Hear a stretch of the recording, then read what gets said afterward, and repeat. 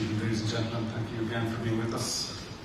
This evening we're reporting we've diagnosed an additional 10 cases of Covid-19, bringing the total now to 25,066. That's 25066. Also reporting that we've been notified of an additional 8 deaths in the last 24 hours from Covid-19, bringing the total number to 1,658 deaths, of which 693 occurred in a hospital environment, that's 41.8%.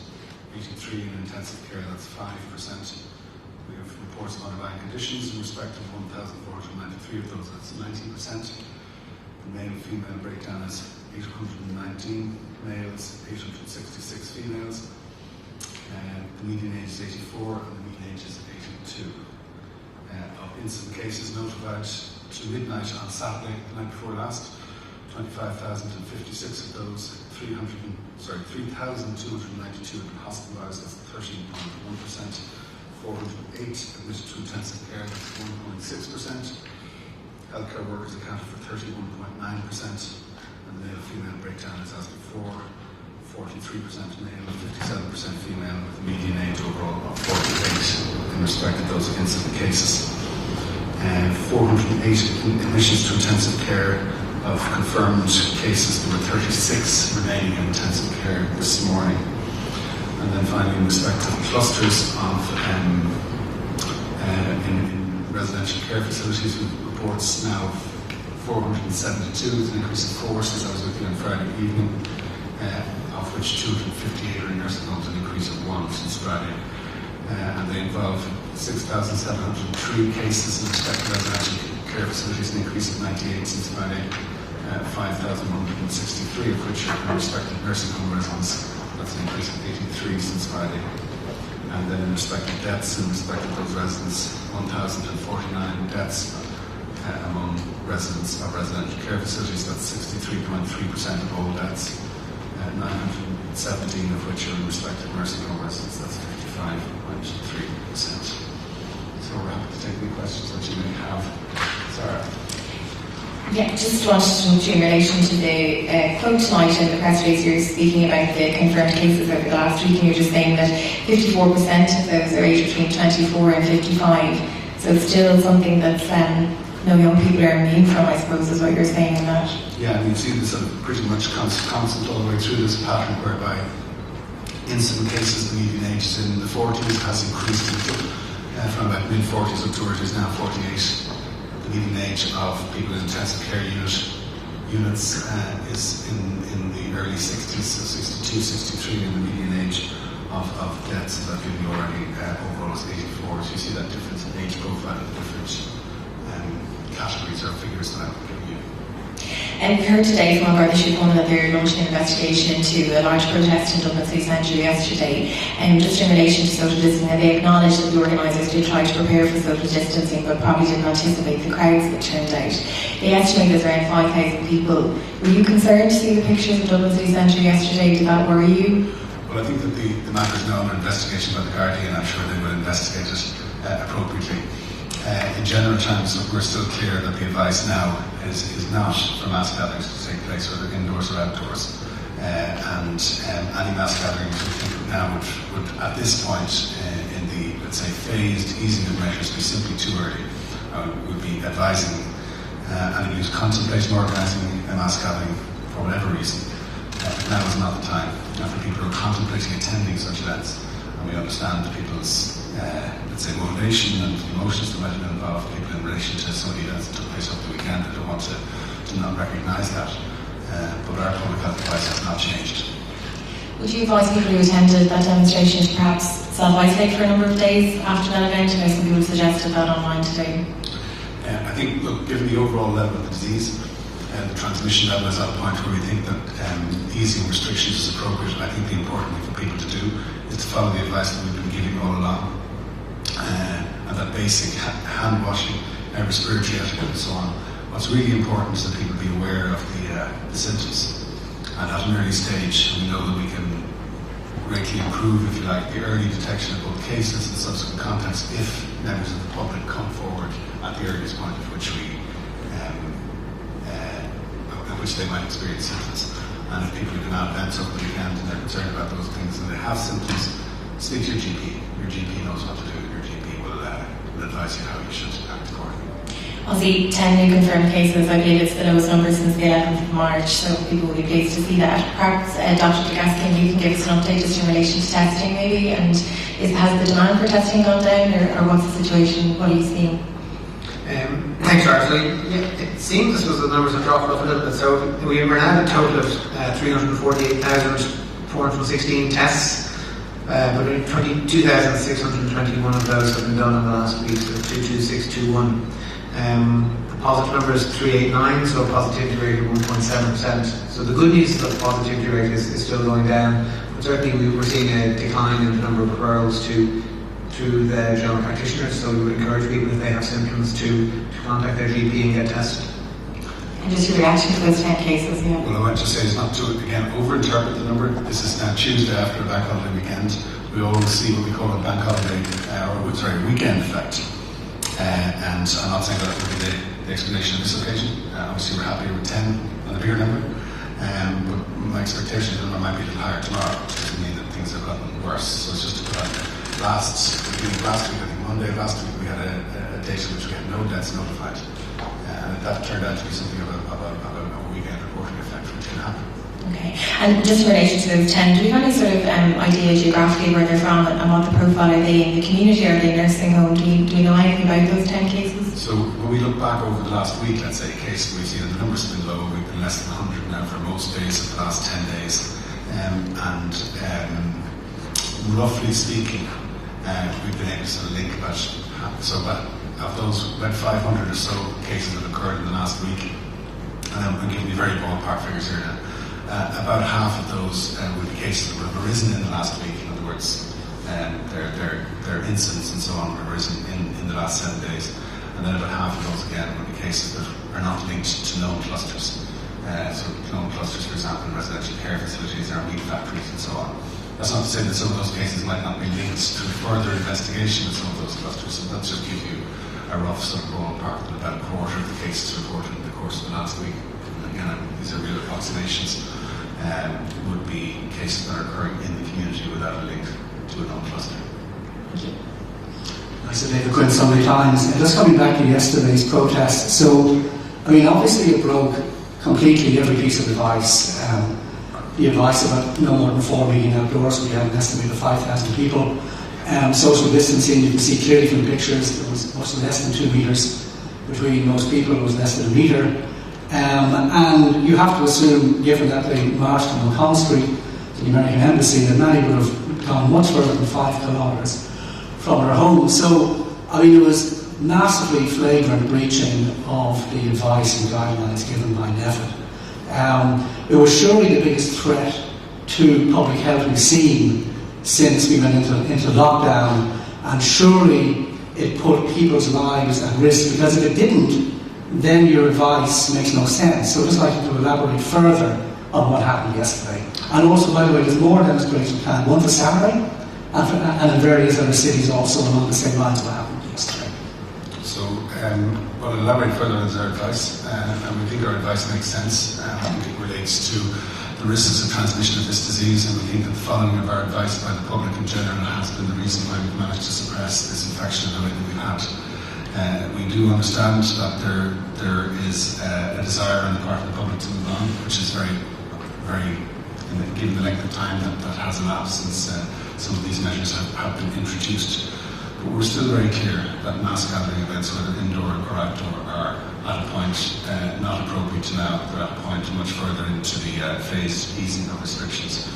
And I think in broad terms the advice I would give is focused in 2 directions. In the first instance, on the responsibility of individuals who might be seeking to organise events. And we've seen very little of this, in fact. So in general terms, I think as a country we've done very, very well in comparison to many other countries where I think you've seen a lot more in the way of both formal and informal gathering in contravention, if you like, of public health advice in those countries.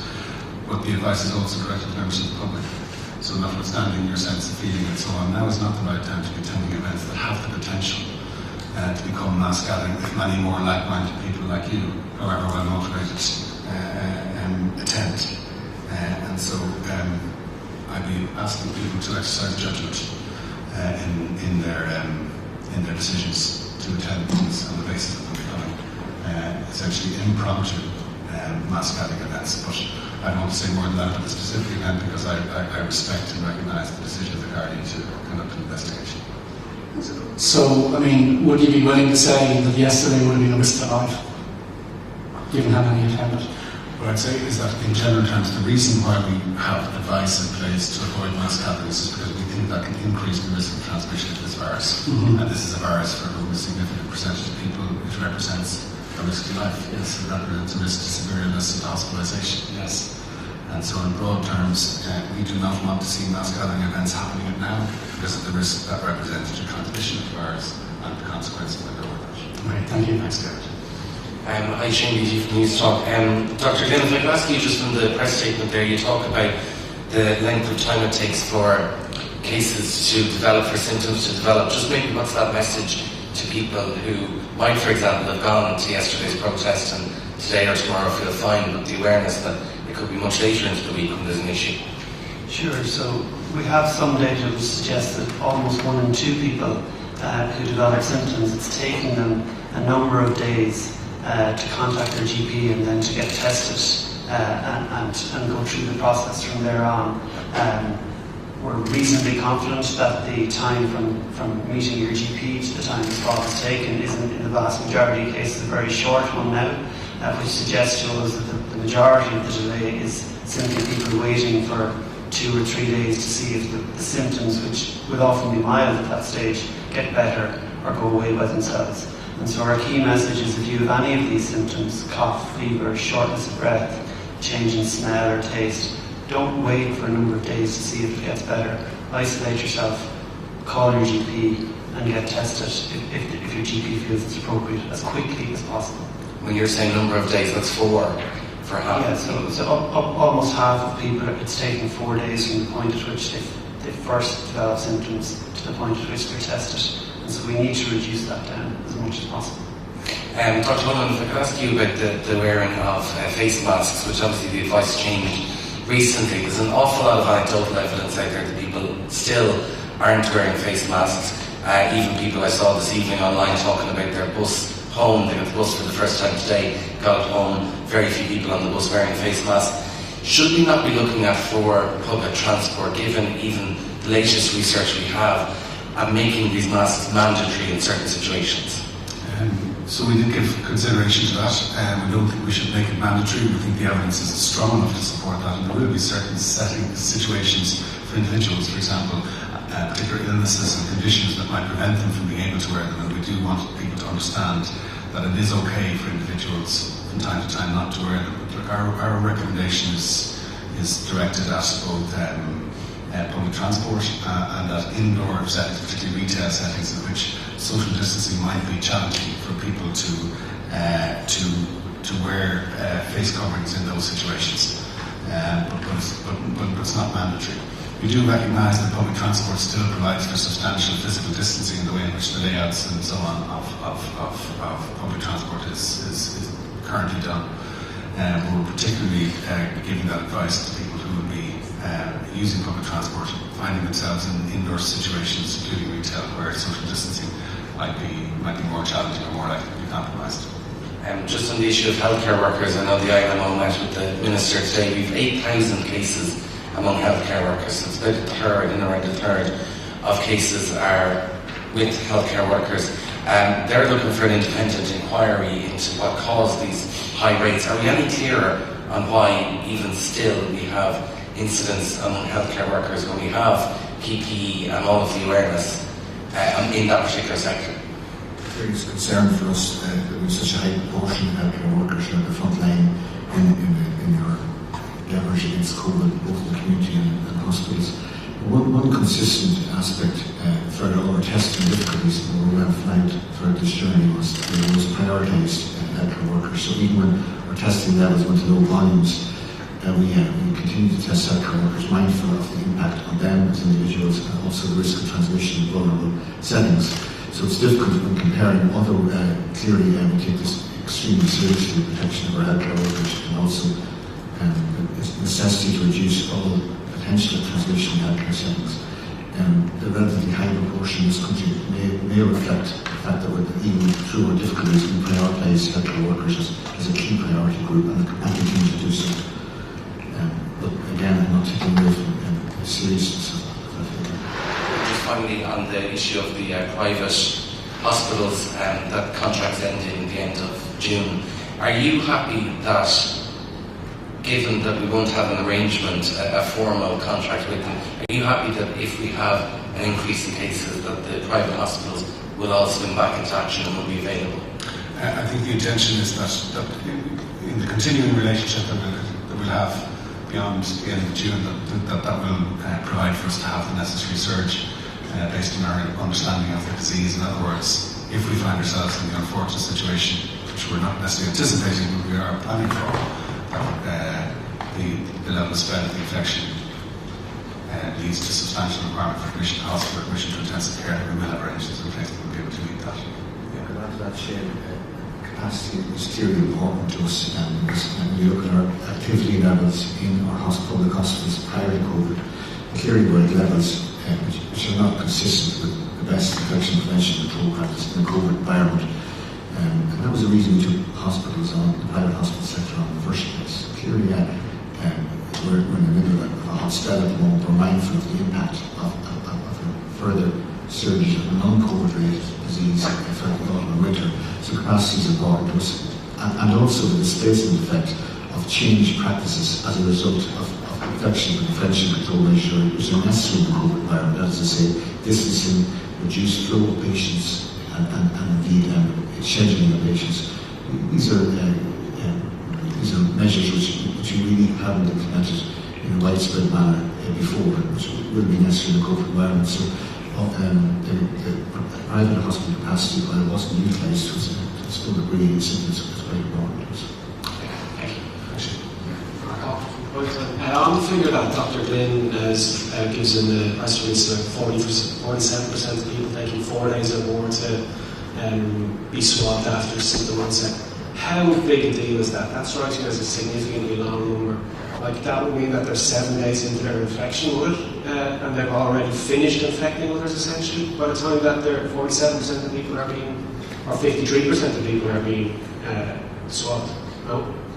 So, typically people become infectious about 2 days before they develop symptoms. So that's why it's so important that as soon as a person does develop symptoms, that they isolate and contact their GP. The period of infectiousness, which is what you're asking about, then that's the evidence around that is evolving. It's being measured as anywhere from 6 days up to 11, 12 days. So it's difficult to say when, it's impossible at this point to say when any one individual stops being infectious. But from a public health perspective, the key bit is that they isolate and get tested early and quickly, so that whether or not they're infectious, they're not infecting others through their own actions. Yeah, how much emphasis should the media be putting on that number? Is that a concerning number within method, or can you expand on it a little bit? Well, I think from the very outset of this, going back months, we've said that there's a number of key things that are really, really important, and they haven't changed. They're boring to people at this stage, but they're still the measures that will dictate whether or not we have more problems with this down the line. And ultimately, it's about physical distancing, it's about hand hygiene, respiratory etiquette.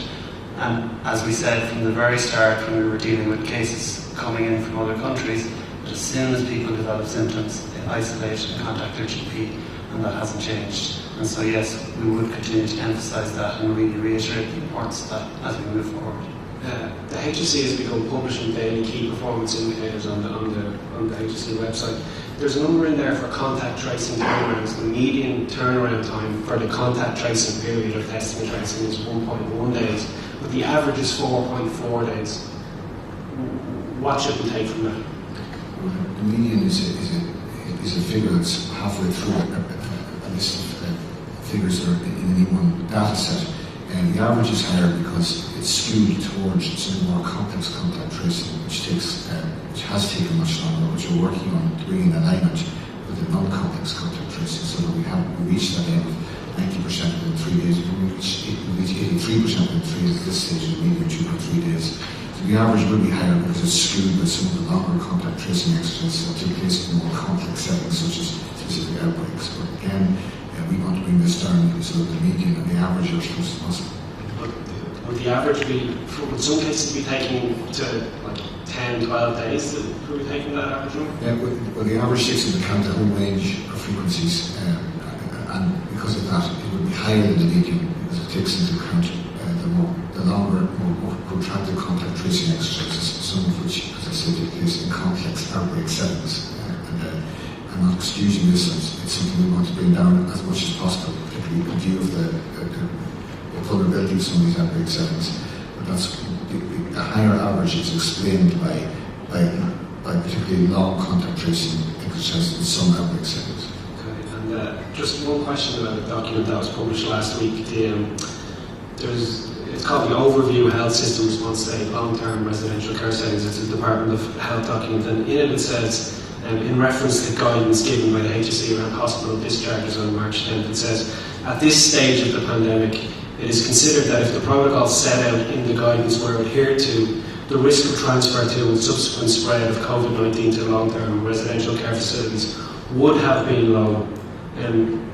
Does that mean the guidance wasn't adhered to, or in what way was the guidance not adhered to? The guidance at that point would have been reflective of what the understanding of transmission of the disease was, and at that point the world did not believe that asymptomatic transmission was a significant component of transmission of this infection, which is not a feeling we hold any longer. But the document says if the protocols set out in the guidance were adhered to, the risk and subsequent spread of COVID-19 in long-term residential care facilities would have been low. It doesn't say it was low. But it's difficult to interpret that sentence. Does it mean the guidance shouldn't have been changed, or that the guidance wasn't adhered to within the system? I don't think it means either of those two things. Okay, we can discuss it afterwards. It certainly reads as if it's saying something wasn't adhered to or something shouldn't have been changed. So the change in the guidance that would have occurred would have been based, any change in the guidance there would have been infection prevention control guidance, which would have been changed on the basis of evidence. And evidence, as I was saying to you, has evolved. At a point in time, we did not believe that symptomatic transmission of this infection asymptomatic transmission of this infection was a significant component. But that's a view that we don't hold any longer, and that's no longer reflected in the guidance. If the infection prevention control guidance at the time was appropriately implemented, we believe, yes, it would be effective in limiting and preventing the transmission of this infection. But do you believe it was implemented correctly? Well, I can't say that it was implemented correctly in all settings, because a lot of this guidance was directed at guidance to be implemented within residential care facilities, for example, or guidance to be implemented at the point of discharge from hospitals to nursing homes. I can't say that it was implemented fully and effectively in every situation, no. The guidance at the time was for 14 days isolation following transfer. So again, given the scale and number, it's not possible to say that in every single case was adhered to, but it was very clear guidance at that time. Thank you. Kesh just and Dr. Colin Henry. Master, just a initial mention Harlan Newhick and question Ericlish on the world hand annual luacher arigage party against start as a margu at the jant to the Austria Piojaca. Axon Butter Sheen Lishon Margush Ma Woolen Bidger Rorte Ele den Valor Much. Well, I'm a kind of shin which interburen van even met de chat en aanhouding van de dialogs van Shin, which interburen much of maybe nog met chat voor Kurden Nasdeel, was een ander keer Kurmata. Alles een geen ton maar dat je geen ton hebt, dan kan je interaardig wat je tarnaton, dat is dat aanbrengen kan je ook niet tarnaton is dat in geval. So ik hou van toxinisch is dat in de tahita aline hebben die dat we intergaan laten staan aan fabriek dat is dat in terwijl Turkish hier voor Chile binnen dat we intergaan heilig laten biochormica is naast van de dieren alles de machine dat je aan het houden doen je mee als spaarzaken l'Africa, stato che corrono se devono semina shopping so that we can out continuation issue the sula number con agni internet hospital privaci as family services stages do scrimmage out the dollar like is in Tarmaton no less on mission this fail and the career over tabi semina shopping. Dominic McGrath, Adhering. Just on the protests, just really briefly. Obviously, people always want to protest, it's important, it's a democratic right. Is there any stage when COVID-19 is in the community that you feel safe recommending people can protest and engage in kind of the protest like we saw from the weekend? So we don't have any advice about protesting, or otherwise we have no public health view on that, so our advice is in relation to the whole question of gathering and the risk of transmission of infection in a context in which people are gathering, irrespective of the reason why they're gathering. So there's no sort of specific, you can say, at this point in time, people will be able to protest in the way they did before. So, as I say, we don't have any guidance about protesting either, that it's either a time to do it or to not do it. It's about gathering and the purposes for which gathering happens. I won't say are not of interest to us, but that's not the primary purpose of the guidance. The guidance is around the risks of transmission that come from people being gathered together. The reality is this is a virus that is not, as it were, out there in the community, in the air, so to speak. It is in people, and it's the interactions between people and the transmission of that infection from one person to another person that causes the spread of this infection. So anything that brings people together and anything that can facilitate the bringing of people together, increasing the risk of transmission of the virus, what we have to do then is apply that in various different settings and time periods depending on our assessment of where the disease is at and the risks around those different forms of engagement. Not per se the nature of the fact of what brings people together. People come together for all sorts of different reasons, and our advice will still be the same. It's because of public health risks of transmission of the virus. Okay, and then just I think you mentioned just there earlier on planning for provisional planning for a second wave of the virus. Can you provide more details just on the kind of planning that's in place in the case of a second wave? Well, we're not planning for a second wave. I suppose we're planning to prevent one, if you don't mind me pointing that out.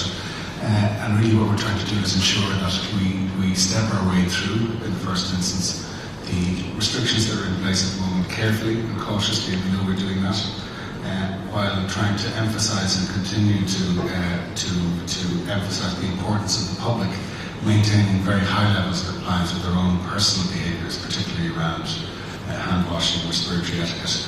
And in this context, the issue that's arising this evening, avoiding crowds. I mean, these are judgments that people will have to make on a continuing basis. Staying away from crowded situations in which they are likely to find themselves interacting with other people would be a very sensible thing for people to do. And we'll continue to emphasise that while this virus remains a part of our community. All our preparations then are focused on with a greater level of understanding of this disease than we had back in February, when we expressed a lot of concern about what might happen here in the event that we start to see cases occurring in the numbers of which we did see them coming. And what might happen, whether we could prevent something like what we saw happening in some of the large cities across Europe and North America and so on.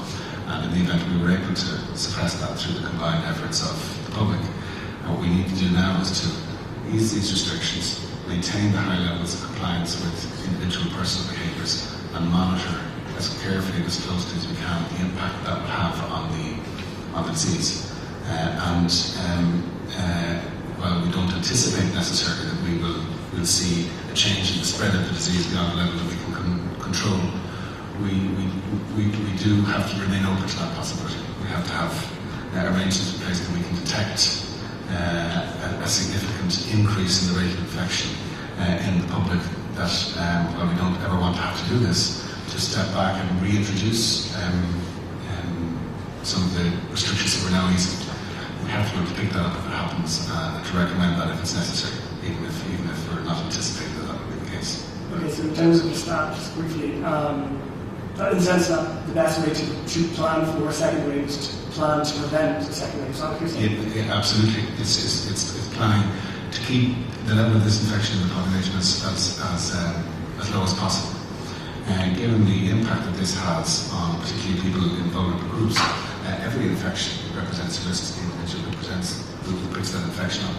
Every infection represents a risk to the people who are interacting with that individual. We have to be mindful of that. So there's no kind of threshold at which we can say this is a level of infection we can be satisfied with. Which is not to say that it will be the only consideration. In other words, that public health risk will be the only consideration that applies to the easing of restrictions. We have to get that balance right. That's where we have to step our way through and slowly and cautiously monitor the impact of what's happening and continue to advise government on when we think the right time has arrived, if you like, to recommend an easing of the next phase of measures, and that's exactly what we're doing at the moment. Thank you. Good evening. Just on tonight's numbers there, the low number of cases and the low positivity rate, is it fair to say that's into the kind of post-May 18 period now that we haven't really seen a spike or surge since then, and that's a positive sign looking ahead to Thursday, to the decision you have ahead on Thursday with phase 2? Yeah, like we're getting close now to the point, so more of what we're seeing now in the disease is representing things that happened after the 18th of May for the most part. And we're watching literally on a daily basis the number of admissions to intensive care, the number of admissions to hospital, the number of deaths, unfortunately, although that lags a little behind, and then the number of new cases and other important indicators. And so far, although we did see an increase in the numbers of cases over the course of the weekend, we think we're in a good position, but we can't make any conclusion on that until we get towards the end of this week. So we've got a number of days, if you like, to run before we think we're able to say that we have reached the conditions. This week will be important. If we're likely to see something that's untoward, if we're likely to see a spread of infection that's beyond the level at which we think is appropriate for us to move on, it's really in the third week that will emerge. We're only at the start of the third week in the phase. Should we be encouraged this far then, so far? Well, we haven't seen anything to discourage us yet, but like as I say, we need to wait until the end of the third week. I would only be guessing where we'll be and expressing hope rather than confidence. Just on the testing numbers, you said that not a lot of people are coming forward referral from GPs, is that right? Or a low number by comparison. I just wondered, the 23,000 that get tested in the week there, where are they kind of coming out of then? Is it from hospital settings, or there's no mass testing still going on in residential settings? So off the top of my head, it's probably 40 to 45% GP referrals, and then the rest will be in hospital settings. I would have to confirm that, but that's broadly speaking where it is. Okay. You would have expected more GP referrals, or is it, I'm not sure, is it an encouraging sign that you're not getting that, or you think people are reluctant to come forward? Yeah, I think you're right. There are two ways of looking at it. Maybe there's less disease in the community, but obviously Dr. Glynn has referred to the delay in people presenting for swabbing. So it's a question of which is, I suppose, more correct, if you like. It is, the positivity rate going down is good, but we're just obviously concerned given given that number of people who maybe are waiting with symptoms before presenting, and the fall off in referrals. As I said, it may all be very positive, but it's just really, we want to try and identify as many cases of this infection as we can, so we really want to encourage people, if they have symptoms, even if they're mild, to come forward and get tested. Okay, sorry, just finally, the figure that you give out on clusters in residential care settings, it seems to not fall off. Would you be expecting that to fall off at any point, or is it stubbornly consistent, or what's behind that number? Yeah, there's a kind of technical reason for that, because in order to take a cluster off the list, it has to be disease-free essentially for 2 incubation periods, which is 28 days, which is a long period of time, and not enough time has elapsed in many situations for these cases to be, or for some of these clusters to be removed, although some have. On a continuing basis, there's some added and some being removed, but the numbers being removed so far are not very large because of that length of time that has to elapse before the last case. Okay, thanks. Thanks.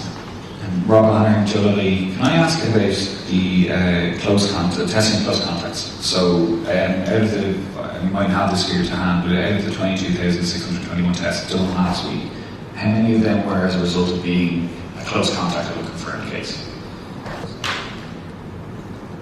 I don't have that information to hand this evening. My understanding is that it's being collated, the testing of close contacts. We're expecting a report from the HSE, if not this evening, but tomorrow that'll give us the detail in relation to some of that. And can I ask, at about 22,000, we're less than a quarter of our capacity in terms of using all of our capacity. Is there any move at the moment to move towards maybe testing, say, tertiary or even going down the road in terms of context in order to use up that capacity? So that's under consideration by NEFIT, and we can further discussion on that on Thursday. And finally, then for myself, do we have the at-risk figures from Saturday's report? No, Is that on today? Tomorrow. Yeah, tomorrow. Yeah. That's fine. Perfect. Thank you.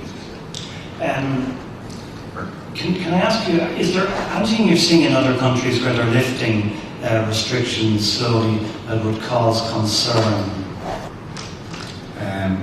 So some countries have had specific instances, and I'm sure you're well aware of these, around specific events have occurred, but in broad terms, the disease patterns that we've seen across countries in Europe, and we've been looking at these pretty closely, hasn't given us reason to believe that those countries have experienced major challenges in the easing of the restrictions that they've eased. They're still a short number of weeks into it to point that out, but if it's giving us anything, it's giving us encouragement.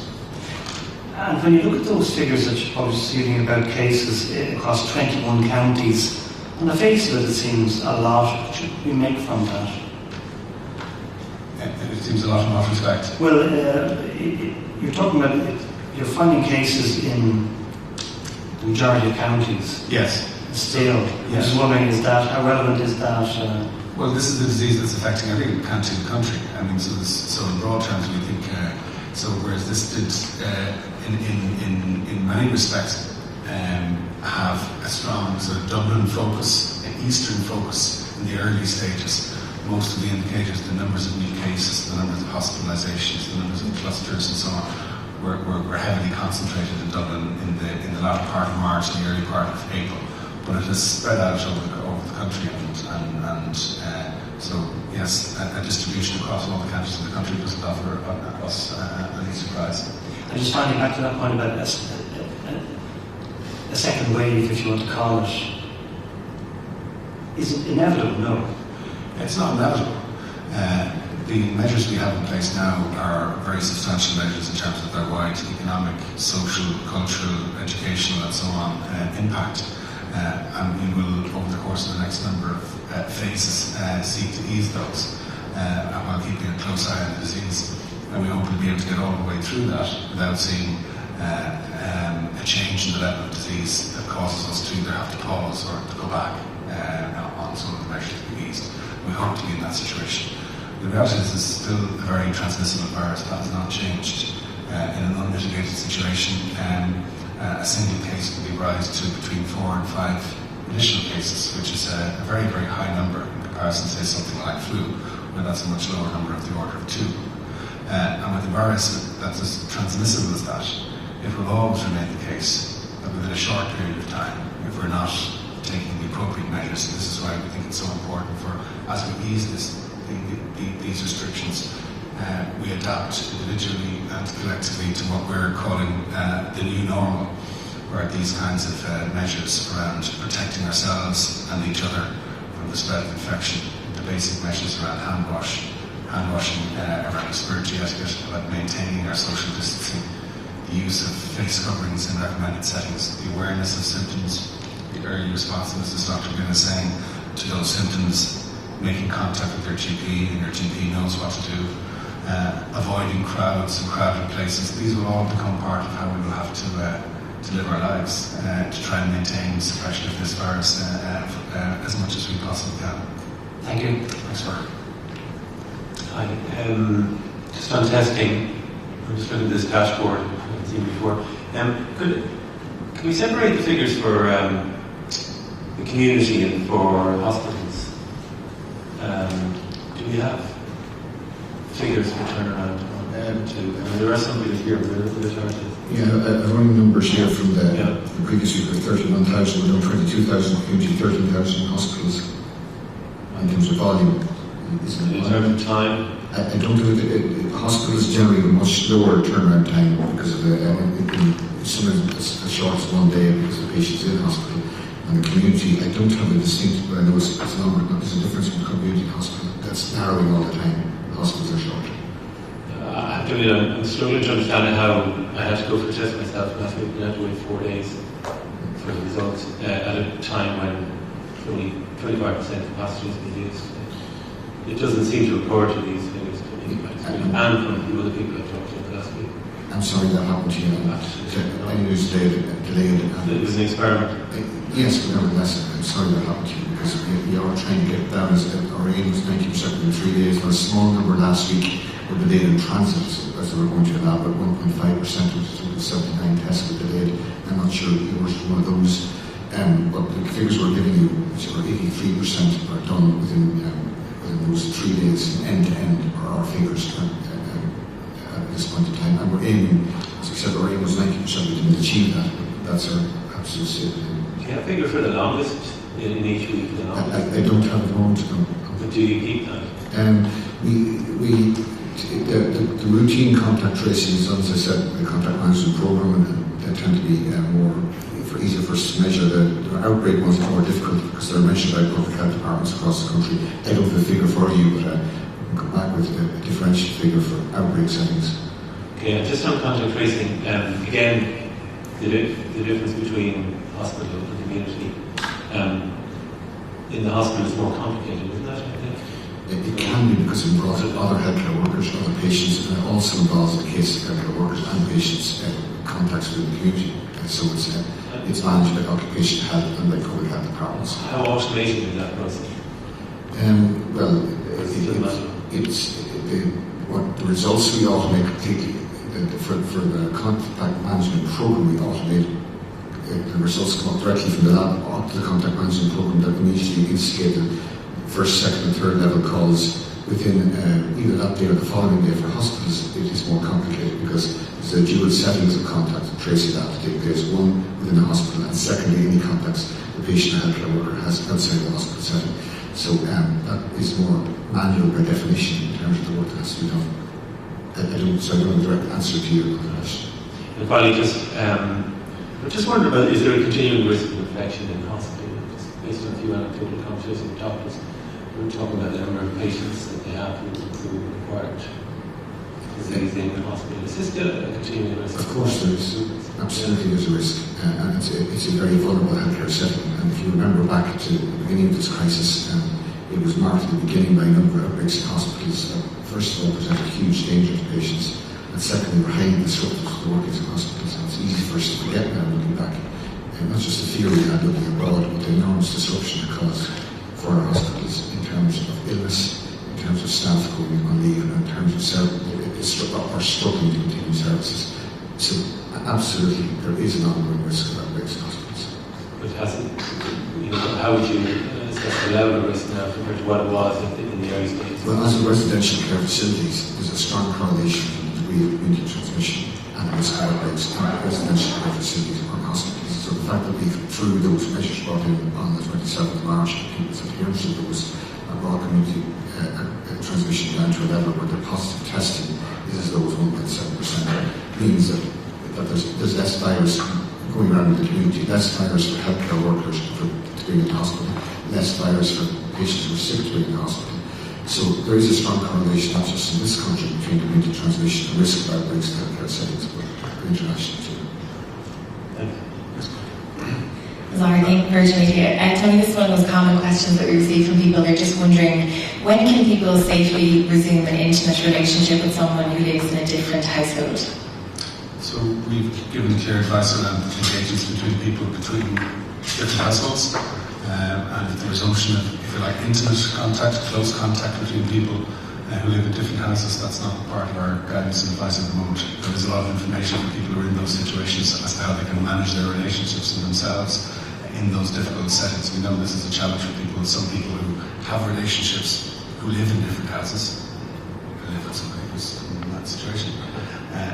And then some people who have relationships where just by virtue of timing and so on, they found themselves maybe stuck in a different situation in a different country and so on. They've had to do their best to try and maintain a relationship through all of that. That's not easy for people. The public health team in the Netherlands is advising people to choose one intimate partner and stick with them. Would that be something that the team would advise here? On the transmission of any infection that can happen as a result of close intimate contact, and that can this infection, but it also applies to sexually transmitted infections generally. That is good public health advice. Okay, thank you. Thank you.